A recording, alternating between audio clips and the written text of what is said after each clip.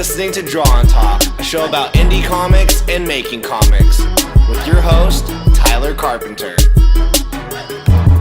I'll throw this out there. This might spark something. Is one thing, though, that I don't like with politics inside comics is when they drive it too hard. So, for example, like Batman White Knight, if any of you guys have read that, that had a lot of political... I saw that. That's true. I haven't read it. So... Oh, dang it. It's so good. It's amazing. I haven't.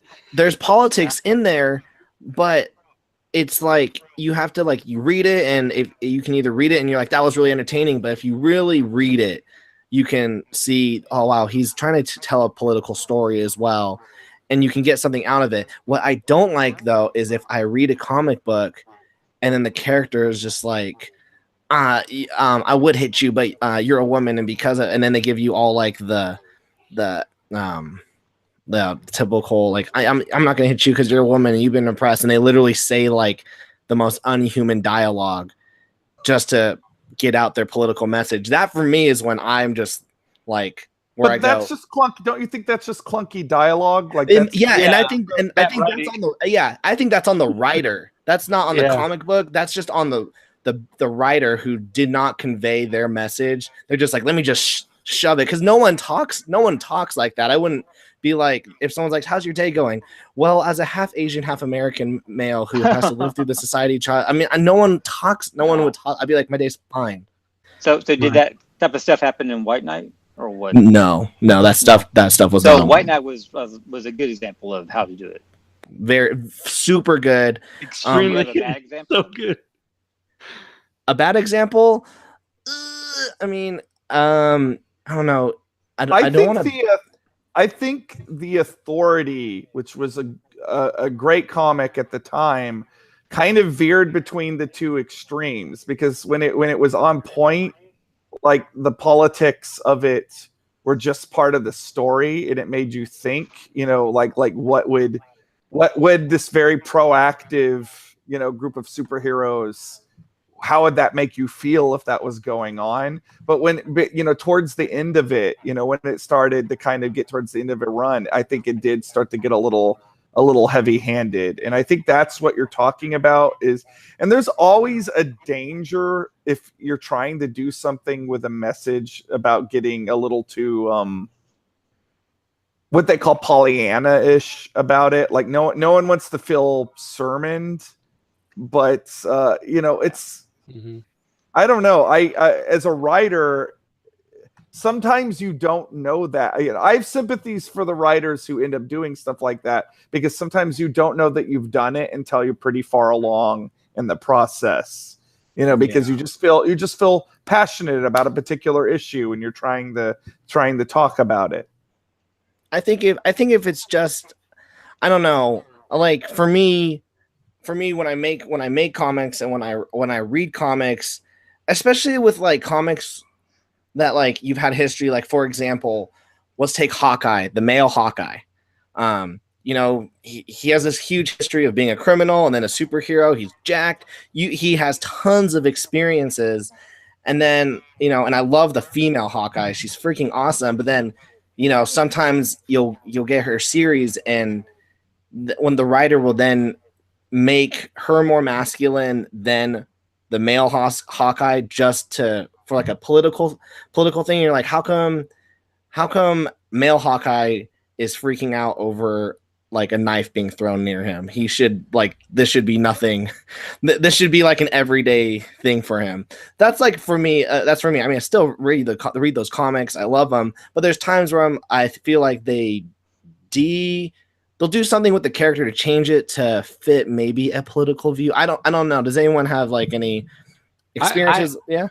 I was reading. I remember I picked up. I remember when I first heard of Batwoman, and I thought, wow, a woman Batwoman, that's gonna be awesome.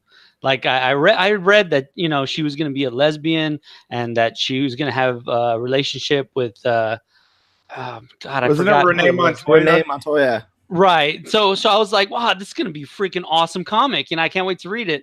And as I read it, I don't know what issue I was reading, but it seemed to me that it was more focusing on the relationship that she had, and I was like, okay, I get it, but like, I'm reading Batwoman. I'm not reading the relationship story of these two characters. So I thought, why is she Batwoman? I got kind of lost a little bit midway, and I was like, well, I was expecting, Batman. They focused on her being lesbian than her being a superhero. Right. So I was like, well, I wanted to read about Batwoman, and I got a different story, which maybe if I continued reading it, it would, I would see it through, but I guess I just stopped. I have a rebuttal to both of you, but I want to give Shane a second to talk because he looks. Oh, well, I was saying the thing is, you don't want to make your character just a gay character. You want to make her a character that just happens to be gay. Right. That's the whole thing. Is like, if your character, if you're using her gender identity as a crutch to promote a bad story, it's not going to work. It has to have a good story character to begin with. So and that's I think what I was getting with Batwoman. Sorry, go ahead. I know. I'm just saying it was just bad writing. You didn't enjoy the writing, I would guess on it. Yeah, I think that's probably what it was. All right, I like the character though. Yeah. So before we give Drew his rebuttal, one thing I will also say, just a tangent, but it's about the Batwoman thing, just about like the whole political spectrum right now, is when they announced that Ruby Rose was that her name, Ruby Rose? Yeah. Yes. When they announced, I'm like finally saying that I lean more conservative in my viewpoints, and when they announced that Ruby Rose was gonna be Batwoman and she was a lesbian, I was so angry at all like the conservative news outlets who were like, "Oh my gosh, SJWs win again by making a superhero lesbian." I'm like, read a comic book. She was always lesbian. She was always gonna be this way. This is the perfect casting. You don't know anything, and it just goes to show like how people, I think, just want to be outraged to be outraged. They're just like, what, like on both sides, like conservatives, lesbian, they just search lesbian things today. Oh my gosh. And then, on the left side, they'll do the same. So, and they also nitpicked about how Ruby Rose isn't Jewish and Batwoman is Jewish, and they had a perfect actress that's both Jewish and could play the role, and they didn't give it to her. I'm like, come on, give it up. But then the left just got the role. And then the left said that she wasn't like lesbian enough. So it just goes to show no one can be happy. But all right, Drew, I'd love to. I see your face. I want to hear this rebuttal. Okay, well, this is a lot to unpack here. So, like, I don't know if I don't know if I can bullet point everything, but I will try. First of all, you talked about, like, this is way backtracking. Again with the hand motions, way backtracking. This is what happens when I can see myself, by the way. Way backtracking to the Hawkeye thing. You talk about why does the female Hawkeye, that's Kate Bishop, right? Yeah. Okay, all right. Who I love. I'm looking to the camera. I don't read Hawkeye comics. My experience with Hawkeye is completely through appearances in Avengers, so I don't claim to be an expert on either of these characters. But when you say making the character, the female appear more masculine than Clinton Barton, my response to that is, while your criticism about his experience level versus hers, that might be valid.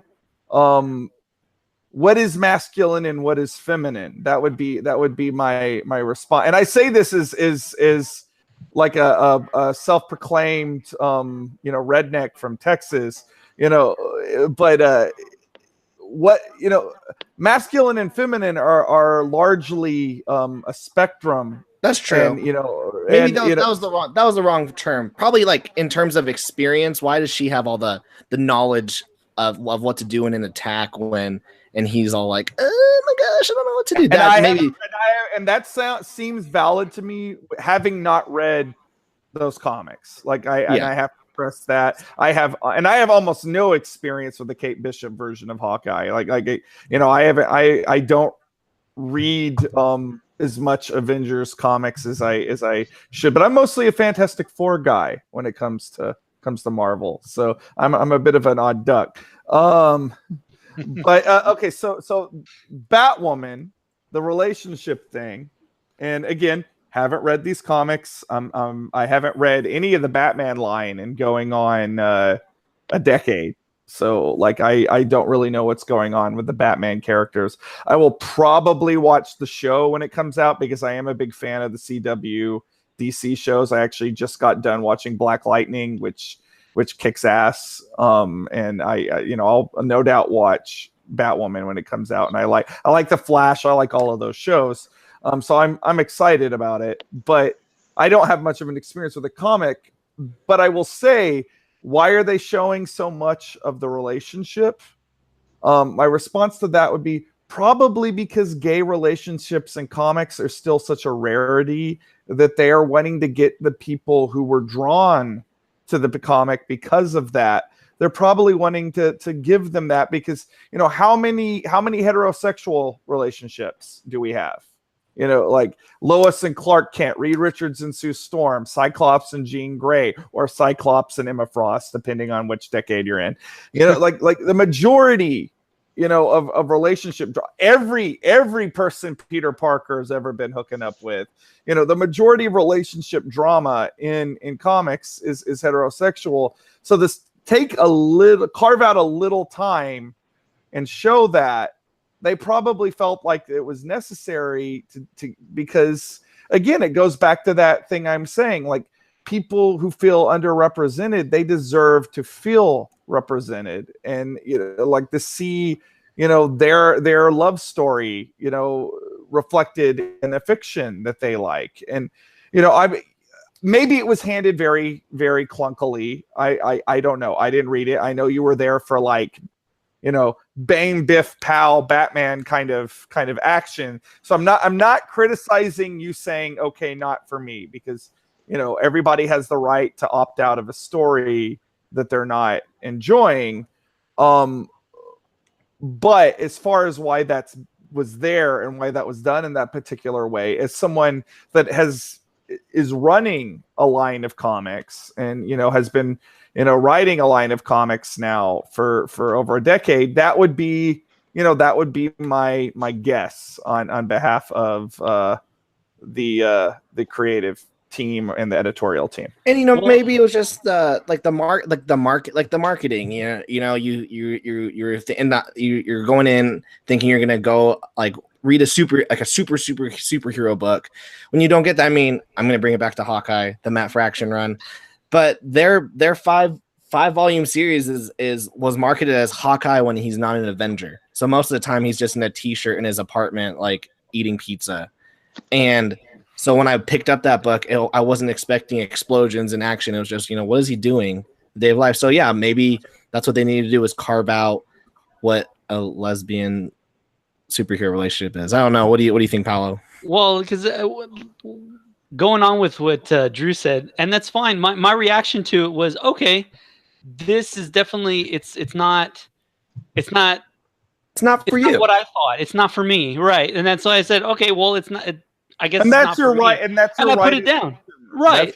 And which is great for other people that wanted that. Like you were saying that it was written because of that. Like they wanted to see that more in, like, I guess, mainstream comics, and that's totally cool. It just, when I read it, I figured out that, oh, okay, well, this is not for me, and so I had to put it down. But it doesn't mean that I'm not gonna, if I hear about another good Batwoman story, it's like more of my style, doesn't mean I'm not gonna go back to Batwoman, to read that story, because it's like, oh, well, this story might be for me, And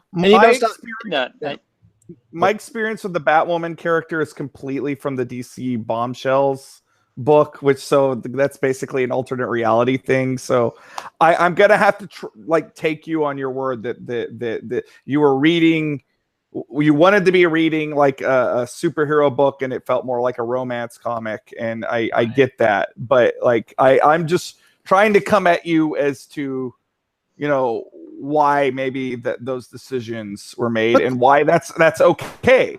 And that's fine. And that's totally cool. I just, the character herself was really cool. I like how they fleshed her character out, like her backstory and everything. It was really cool. Like, I was like really into that character.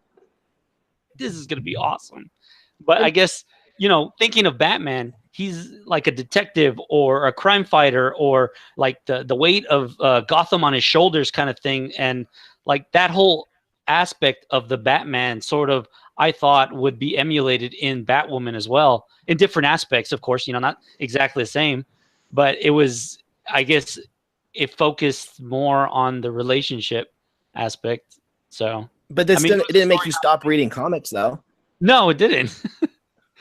Which I think is a big thing. Is people are like, I'm gonna stop reading comics. It's like, no, just go find a book that you relate to. There's a million books that come out every month, every week. You'll find something.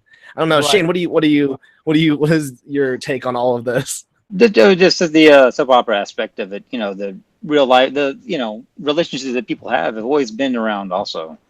But yeah, I mean, Drew's right. They really need to have an outlet and a say. And I think not just in like mainstream comics, but there's a lot of indie comics like on the web I've noticed that have been doing it a whole lot. And it's like even better there because you can say exactly what you want.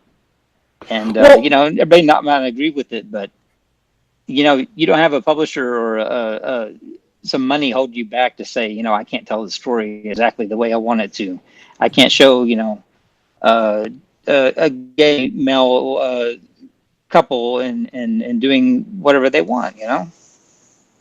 You know, that's the thing. I don't feel like indie comics, I will say I express frustration when I see mainstream comics getting so much credit for adding diversity and adding, you know, political storylines. And, you know, like a big thing with me, like that I sometimes felt frustrated with is when, you know, we you know, with the Lucy character, it seems like we were, you know, we get a degree of credit, but we also constantly get bulldozed over by Faith. You know, and it really shouldn't have to be that way. It shouldn't be like, oh, they're both plus size. There's room for both of it, and really the only thing the two characters have in common is they're both plus size. But the thing is like indie comics have almost always been diverse. They've almost always have had a lot of different worldviews expressed in them, and I don't really feel like they get a lot of credit versus mainstream comics, because I feel like, you know, exactly what you're talking about. People are like, oh, I don't want to read this anymore. You know, I hear people tell me all the time at cons, like, oh, I just got out of reading, you know, comics. And what they're really talking about is like Marvel, Image, maybe DC or Dark Horse, that, you know, bigger companies that got out of doing that. And like, they weren't publishing things like that. And they never think to support indie comics. And the reality is, guys like us, you know, or Spike Troutman, or, you know, like name any other indie creator, we need your support that much more, because Marvel and DC, they have big corporate money behind them, you know, and you know, they're not going to go anywhere. You know, your favorite Marvel character at best, if its book isn't selling well enough, if he or she's book isn't selling enough, it might be retired for a while. You know, but you know, that character, as long as they see it as a viable intellectual property, they're going to re-explore it eventually. Because, like, for example, like Guardians of the Galaxy, when I was a kid, no one gave a crap about Guardians of the Galaxy. Nobody gave a crap about Rocket Raccoon, and now they're movie stars. You know, like, it just goes to show you, like characters go, you know, popularity, they come and go in waves, you know, whereas like an indie comic, you know, the crowdfunding thing is an excellent example. Like, I do a little victory dance when someone donates $100, and I do a same little victory dance when someone donates $4, because every fan counts. And if you like comics that are diverse, and you like creative teams that are diverse and characters that are diverse, I suggest you check out indie comics because they've always been that way, like pretty much their entire history. And I don't like, now I'm getting really amped up, but like, it's because I don't feel like they get enough credit. I really don't. Like, I feel like, like, I hate to sound like, oh, Marvel, has this creative team in place or this character in place. Let's throw let's throw a parade for them. And I mean, I get why that's positive because, Marvel and DC have a reach that indie comics can't compete with.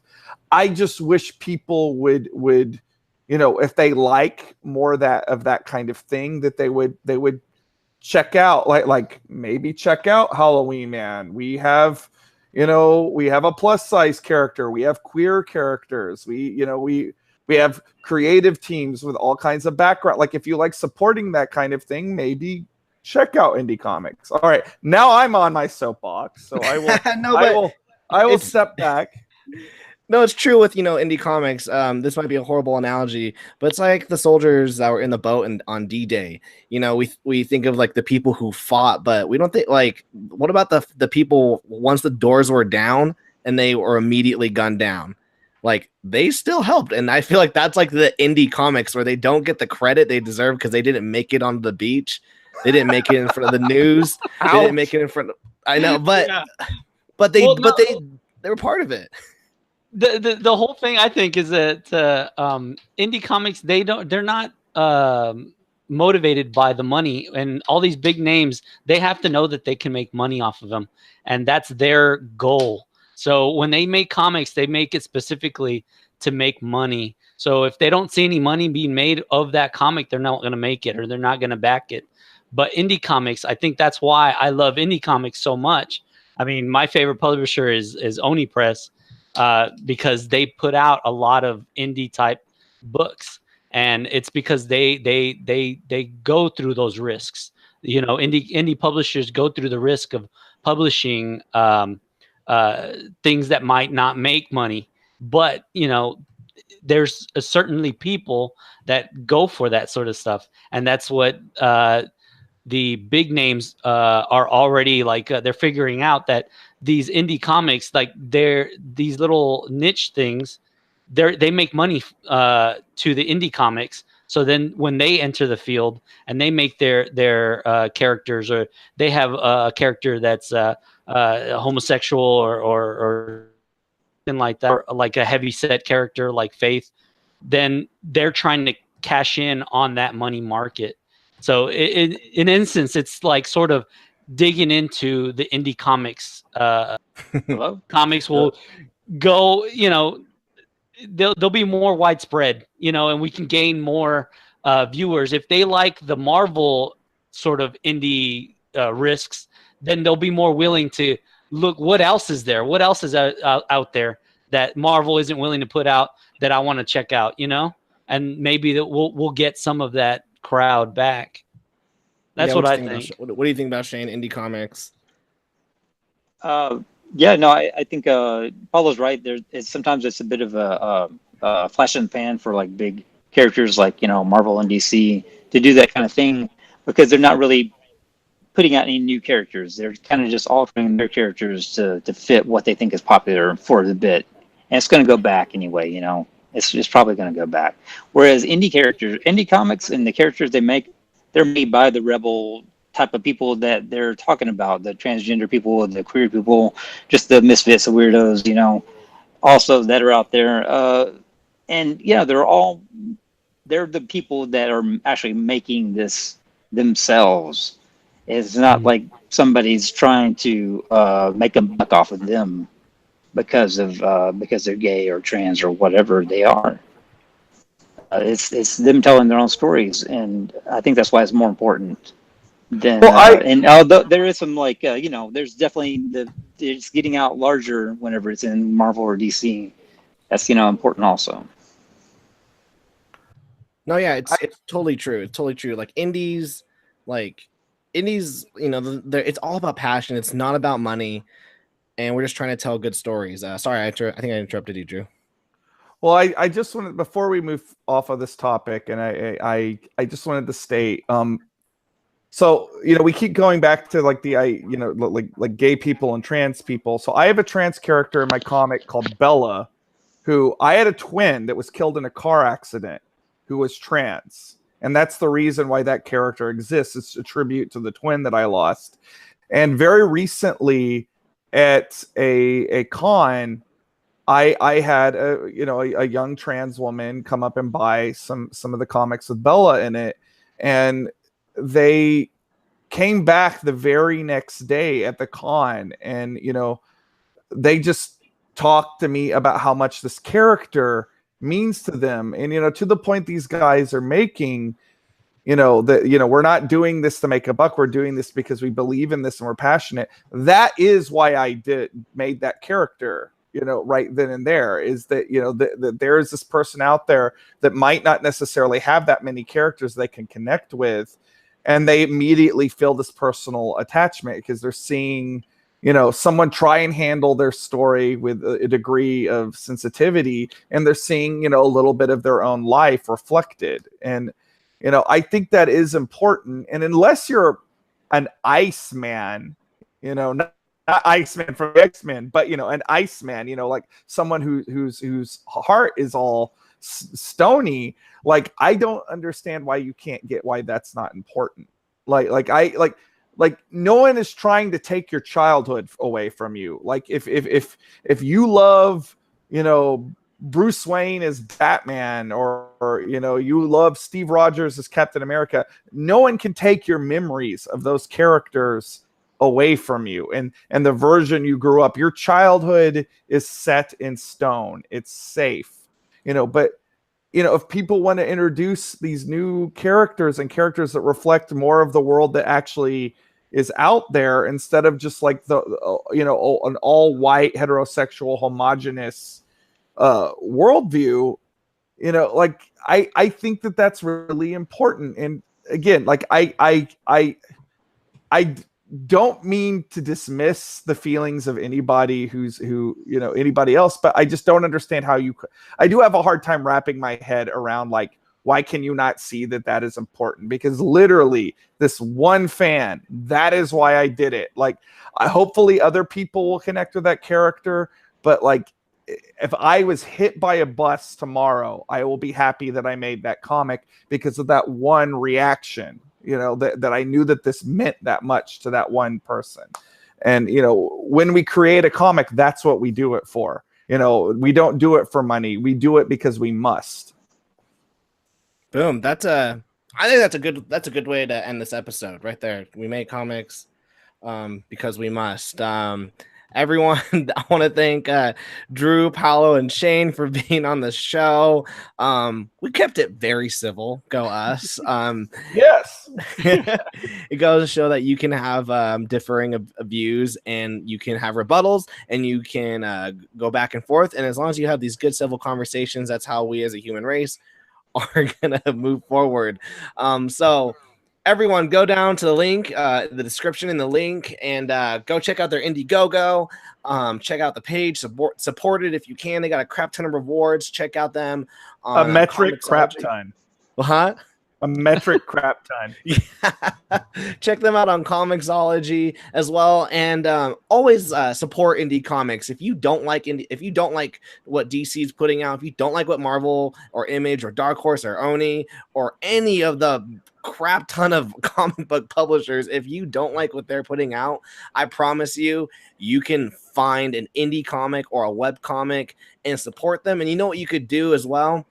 If you like their comic, find their social media, send them a message, tell them what you liked about the story, tell them that it meant a lot to you, and I'm sure that will just literally make their day. And like Drew said, they can get hit by a bus and they'll be fine. They'll be fine with it because they sent that message. So everyone, check out the link below, and thanks for watching, and hit the subscribe button if you want more episodes. Thank you. Thanks for listening to another episode of Draw and Talk. Hit the subscribe button, like and comment, and once again, thanks for supporting me. You guys rock.